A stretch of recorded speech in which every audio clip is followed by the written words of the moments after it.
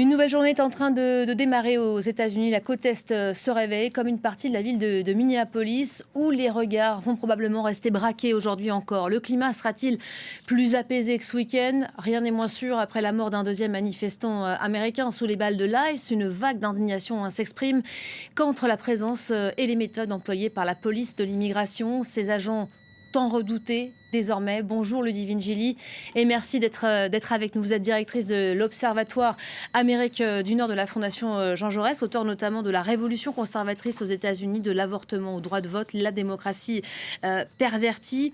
Avant d'aller plus loin, j'aimerais qu'on revienne sur ce dernier événement qui fait qu'on reparle une fois encore de l'ICE. La disparition de René Good, ça c'était au début du mois, puis Alex Pretty ce week-end, cet infirmier américain qui a fait les frais des méthodes controversées de la police de l'immigration. L'homme a été abattu alors qu'il ne semblait représenter aucune menace. On va regarder de nouveau cette séquence extrêmement violente qu'on débriefera évidemment juste après ensemble. Regardez.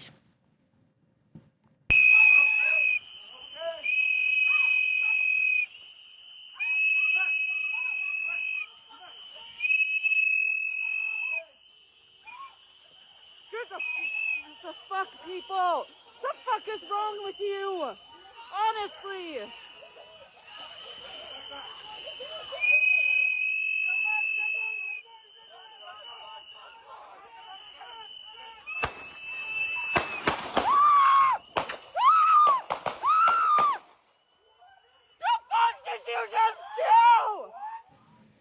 Voilà, on a décidé volontairement de commencer par cette séquence. Je prévenais en introduction, une image extrêmement violente, filmée par des témoins de la scène. A priori, une femme qui manifestait comme Alex Pretty avec un téléphone, une caméra à la main, comme pour témoigner de ce qui pourrait éventuellement leur arriver.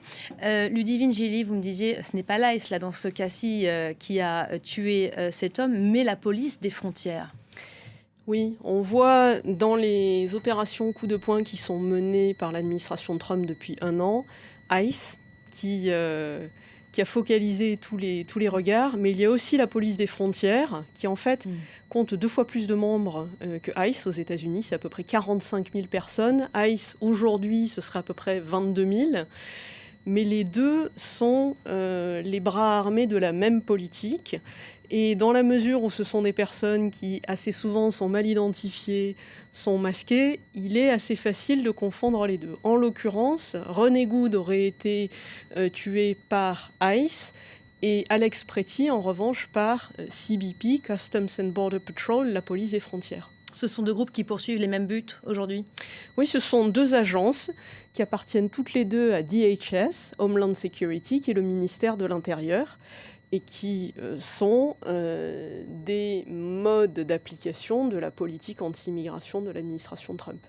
Rappelons le contexte là, de ce qu'on vient de voir, les images d'un homme, parce qu'on a des témoins qui ont filmé les séquences avant, un homme qui a a priori essayé de perturber, de troubler l'intervention donc de cette police des frontières avec un sifflet et un téléphone en guise de caméra à la main. Donald Trump a dit, et les autorités fédérales ont dit, il était armé. Bon, ça... Il en a le droit aux États-Unis, mais à aucun moment il a brandi son arme. Qu'est-ce qu'elle vous inspire, vous, ces images? Qu'est-ce que ça vous dit? En premier lieu, vous voyez quoi? La violence, l'extrême brutalité de ces hommes quand ils interviennent? Oui, 2 choses. La violence, c'est extrêmement choquant, extrêmement troublant, et l'arbitraire.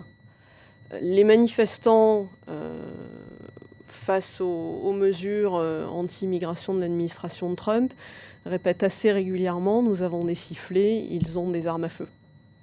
Et là, on voit la différence. On a un mort et de l'autre côté, on n'a pas de blessés, sachant que, on l'a vu sur les images, Alex Pretty qui se fait tirer dessus et au sol, et il y a 7 ou 8 personnes qui sont sur lui au moment où il se fait tirer dessus. Quel danger représente-t-il? Donc on voit la violence exercée par les forces de l'ordre contre quelqu'un qui ne représente absolument aucune menace. Ça traduit le climat qu'il y a aujourd'hui aux États-Unis d'un pouvoir fédéral qui dicte sa loi de manière extrêmement brutale contre des opposants politiques. Parce que c'est de ça dont il est question, l'opposition politique finalement en ligne de mire. On va s'intéresser à l'ICE dont on parle finalement beaucoup ces dernières semaines. La police de l'immigration créée à l'origine en réponse aux attentats du 11 septembre, elle a été profondément remaniée sous l'impulsion évidemment des 2 mandats de Donald Trump. Ses méthodes se sont durcies aussi au point que certains de ses détracteurs la comparent aujourd'hui à la Gestapo. On va faire le portrait de cette organisation tout de suite en images avec Marc Pope. Regardez. En l'espace de quelques mois, elle est devenue le centre des tensions qui fracturent les États-Unis. ICE, la police anti-immigration, est le bras armé de la politique anti-migrant de Donald Trump depuis son retour au pouvoir. Pour cela, ses agents emploient des méthodes musclées et n'hésitent pas à faire feu même contre des manifestants. Les morts de René Good et d'Alex Pretty sont devenus les symboles de la politique sans merci du chef de ICE, Gregory Bovino. Nous continuons d'interpeller des dizaines, voire des centaines de ces immigrés clandestins criminels chaque jour. Et nous allons poursuivre cette mission. Nous n'allons fixer ni date ni calendrier pour y mettre fin. Cette mission se poursuivra tant qu'il restera des immigrés clandestins criminels errant dans les rues de Minneapolis. Leur mission, localiser, arrêter et expulser les sans-papiers aux États-Unis, et ce, quel que soit leur âge, comme l'illustre le cas de Liam Ramos, enfant de 5 ans, arrêté avec son père à la sortie de l'école. La structure a été créée en 2003. Ces policiers fédéraux dépendent directement du ministère de la Sécurité intérieure américain.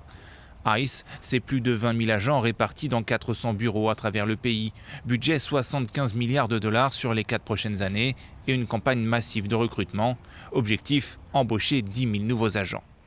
Pour cela, Washington n'hésite pas à mettre la main à la poche. Une prime de 50 000 dollars est offerte à la signature pour les nouvelles recrues et une formation express réduite de 13 à 6 semaines pour déployer les nouveaux agents rapidement sur le terrain. Une réduction du temps de la formation qui suscite des craintes sur le manque d'entraînement des agents fédéraux.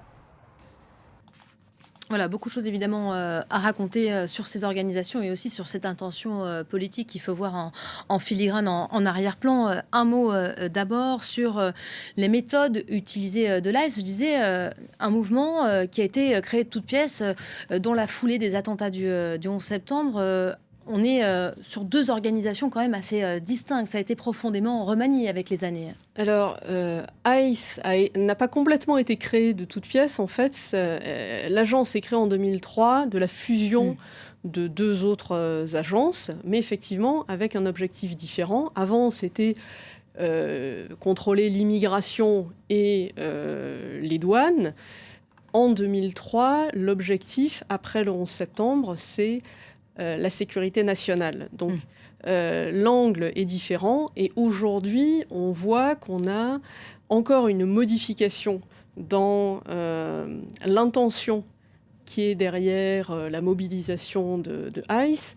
Le but qui est affiché, c'est de lutter contre les immigrants, mais c'est aussi de cataloguer ces personnes immigrées comme des criminels, de faire le lien entre criminalité et immigration, alors que toutes les études montrent que ça n'est pas le cas, et d'ensuite afficher la volonté d'expulser tous ces violents criminels. Il y a un durcissement quand même aussi de l'idéologie. Quand on voit les chiffres, ils ont explosé sous ce second mandat de Donald Trump.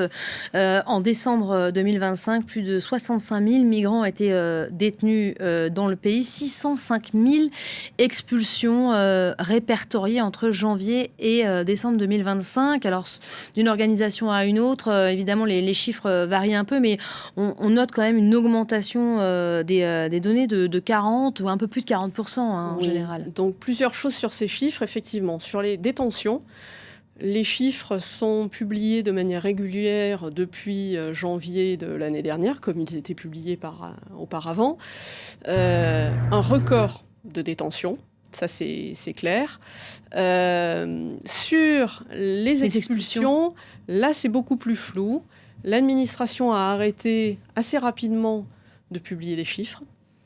Et les chiffres qui ont été publiés dernièrement, les fameux 600 et quelques mille, On ne sait pas trop d'où ils sortent, ils ne sont pas étayés, ils ne sont pas argumentés, et d'autres chiffres du MPI ou de la Brookings qui ont été calculés par des spécialistes du domaine de l'immigration aux États-Unis donnent des chiffres plus modérés, autour de 300-400 000. Bon. L'ordre de grandeur... C'est difficile d'y voir clair. C'est difficile d'y voir clair. En revanche, on voit une chose, c'est que les chiffres sont élevés. Il y a un aspect intéressant sur les revendications de l'administration de Trump. Pourquoi ? Parce que pourquoi mentir sur ce genre de chiffres ? De toute façon, même les chiffres qui ont été affichés ne sont pas au niveau de ce qui avait été promis par Donald Trump. Mais quelque part, peu importe ces chiffres, ce qui est important aujourd'hui, c'est la manière dont les arrestations sont conduites, avec grande brutalité, dont les personnes sont détenues, et toute la symbolique qui entoure les arrestations, les détentions, les expulsions, avec des noms pour les opérations coup de poing, pour les centres de détention, qui là encore... Avec des hommes qui n'hésitent plus à aller chercher des petits-enfants à l'école maternelle pour aller après attraper un peu mieux, un peu plus facilement les parents. Il y a l'image de ce petit Liam, dont la photo a circulé à la une des chaînes américaines. Son histoire est quand même assez terrifiante. Oui, on a cet événement-là, et puis... Depuis quelques jours, on parle de mandats utilisés par ICE pour aller chercher les personnes chez elles. Or, en principe, aux États-Unis, c'est un mandat de juge qui permet d'aller chercher les gens chez eux. Le 4e amendement est quand même extrêmement précis sur les protections dont bénéficient les personnes qui résident aux États-Unis. Ce n'est pas seulement les citoyens, c'est y compris les personnes qui résident aux États-Unis. Et il existe des exceptions, mais dans des conditions normales, rien n'autorise, par exemple ICE ou CBP, à s'introduire contre leur volonté chez des gens, a fortiori chez des citoyens des États-Unis auxquels c'est arrivé. Or, on a déjà vu beaucoup d'images de ce genre d'hommes carrément sortis du lit, ou de femmes et d'enfants, pour être emmenés par ces forces fédérales. Après, on sait ce qui arrive. Une fois qu'on est arrêté, on a des chances d'être relâché, parce qu'on a vu beaucoup d'images détournées sur les réseaux sociaux, certaines faites à partir de l'IA. On a vu notamment des Américains essayer de tourner en dérision ce qui était en train de se passer, en train de se scotcher sur leur front, leur passeport américain, certes afro-américain, mais bien de nationalité américaine, parce que c'est de ça dont il est question aujourd'hui.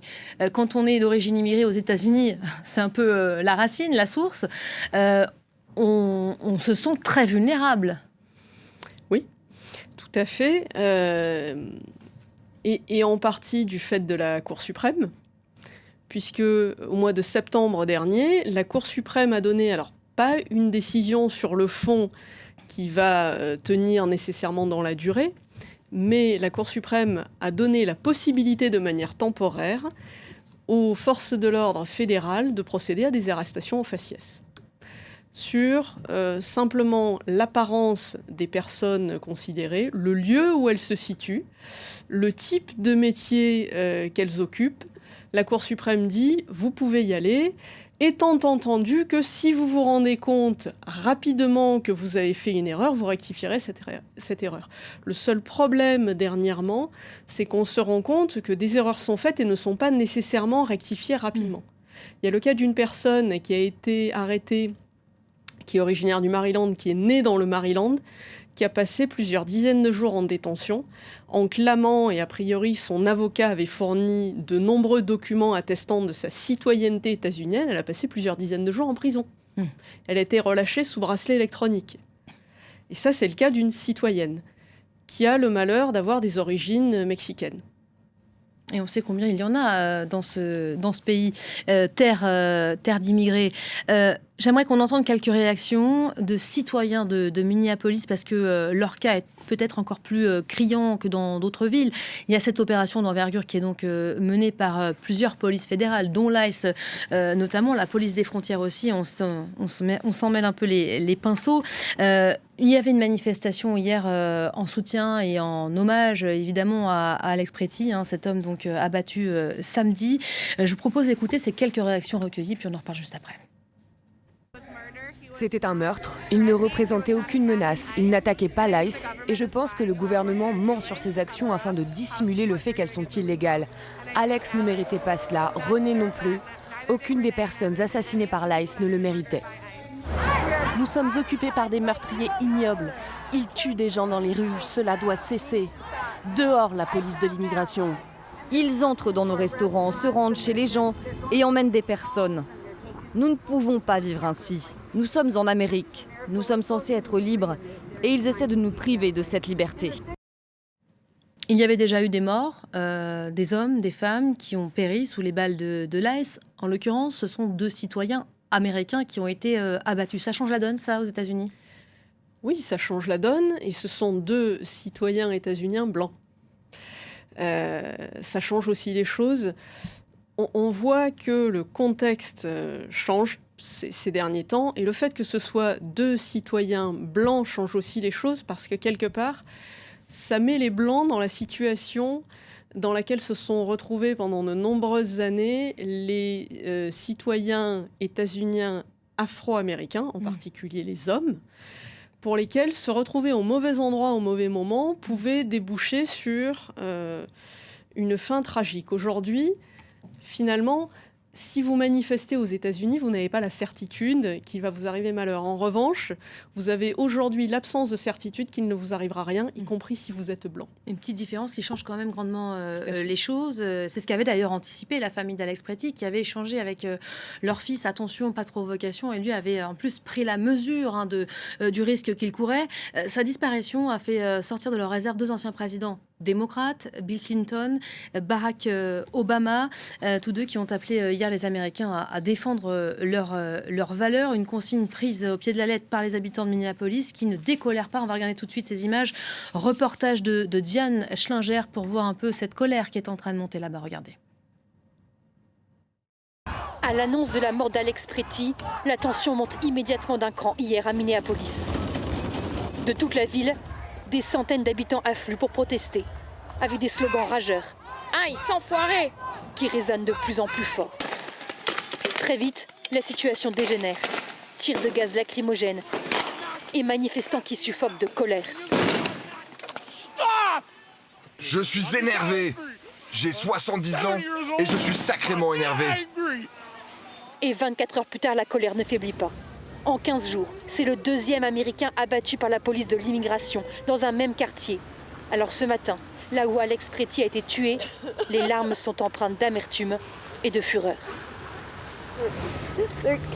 Ils sont en train de tous nous tuer. Personne ne nous aide. Qui est de notre côté maintenant ?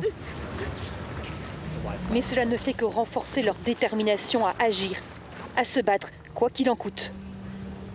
On se lève, on se tient debout ensemble, et je n'irai nulle part, même si ça veut dire qu'ils me tueront peut-être. Je ne suis pas effrayée, ça m'encourage d'autant plus. Et je compte faire encore plus de manifestations, n'importe où je peux aller et montrer que je ne suis pas d'accord. Les autorités locales appellent au calme. Mais selon le gouverneur démocrate du Minnesota, la situation risque de dégénérer rapidement si ICE ne quitte pas la ville. Donald Trump, je vous demande une fois de plus de retirer ces forces du Minnesota. Elles sèment le chaos et la violence. Donald Trump, lui, accuse les démocrates de pousser les habitants à l'insurrection. 2 versions sur les faits, mais aussi 2 visions de l'Amérique qui s'affrontent avec le risque d'escalade. Ludivine, Julie, on a regardé la presse américaine ce matin. Washington Post titrait Kevin Pretty, The Turning Point. Le tournant, cette disparition, cette mort brutale pourrait constituer un point de bascule au sein de la société américaine, à l'heure où certains parlent déjà de risque d'embrasement, où on n'y est pas du tout, parce que je tenais quand même à relativiser les images de manifestations qu'on vient de voir. Seulement 1 millier de manifestants à Minneapolis, qui est loin d'être un embrasement aujourd'hui. Oui, c'est là que c'est difficile de faire la part des choses.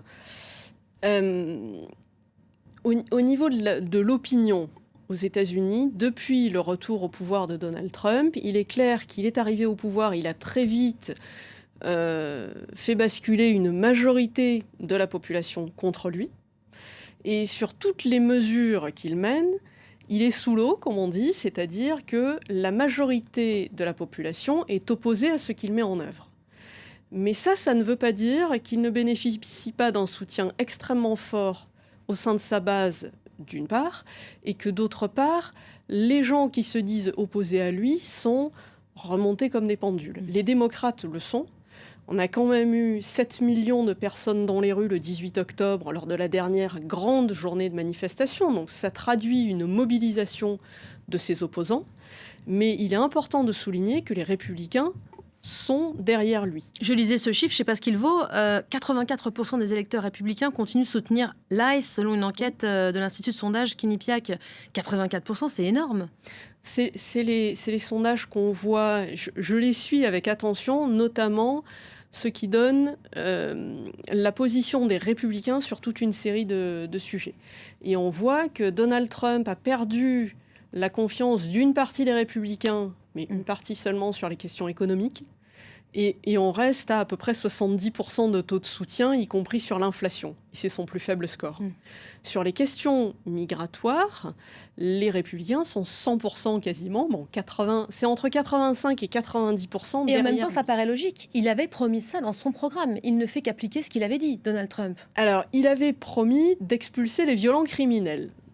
On pourrait argumenter que ça n'est pas exactement ce qu'il fait parce qu'en fait, il arrête beaucoup de monde, il détient beaucoup de monde et il n'expulse pas nécessairement que de violents criminels, loin de là.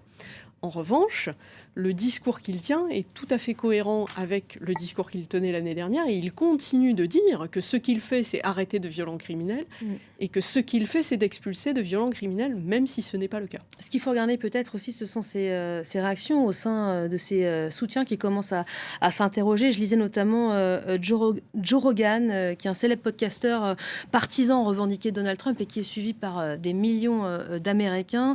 On va devenir la Gestapo, s'insurge-t-il, à l'heure où Greg Bovino, qu'on avait aperçu tout à l'heure, qui est le chef des gardes-frontières américains, est finalement devenu le symbole de cette lutte acharnée contre l'immigration clandestine. On a des images de lui, ça fait partie des critiques qui lui sont faites, habillé comme en uniforme SS, là on le voit en tenue militaire, mais on voit derrière vous avec ce manteau qui est non sans rappeler la période de la Seconde Guerre mondiale, la période nazie.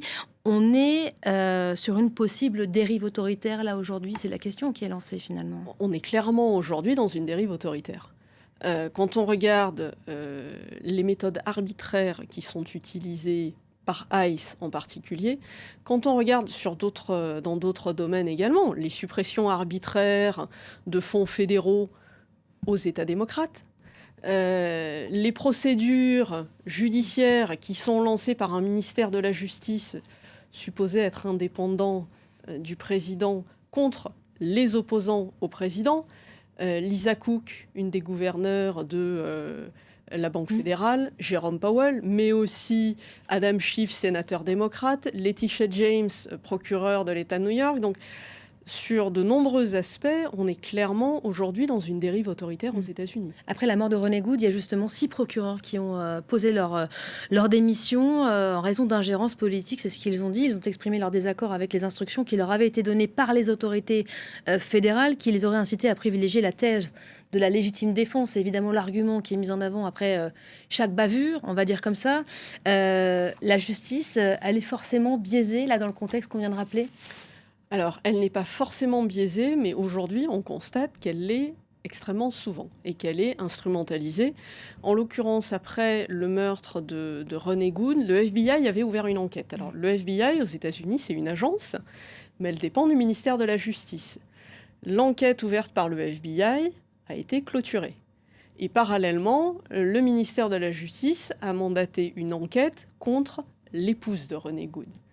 Donc les victimes deviennent des coupables, ou en tout cas sont suspectées d'être des coupables.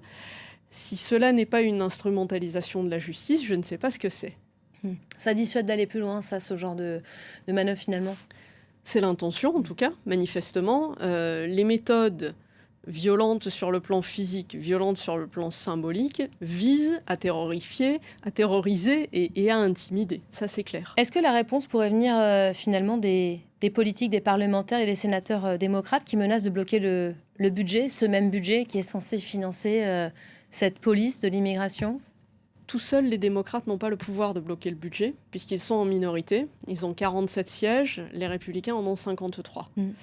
Il faut qu'ils aillent chercher quelques républicains sceptiques. On sait qu'il y en a. On sait qu'il y en a. Le problème, c'est que depuis le mois de janvier 2025, il s'est toujours trouvé des républicains à la Chambre ou au Sénat, en particulier au Sénat, pour s'opposer à la politique de Donald Trump sur tel ou tel sujet, mais jamais suffisamment en même temps sur les mêmes sujets. Et donc là, la question qui se pose, c'est va-t-on enfin en trouver quelques-uns qui s'opposent en même temps à Donald Trump sur le même sujet. Après la mort de 2 Américains blancs, qui plus est, ça vous le notiez en début d'intervention, ce qui change peut-être la donne. Merci beaucoup Ludivine Gilly d'avoir été l'invité de l'Info du jour. On va évidemment continuer à dérouler le fil dans le journal qui arrive, puis dans le Club France 24. On vous donne rendez-vous dans quelques instants. À tout de suite.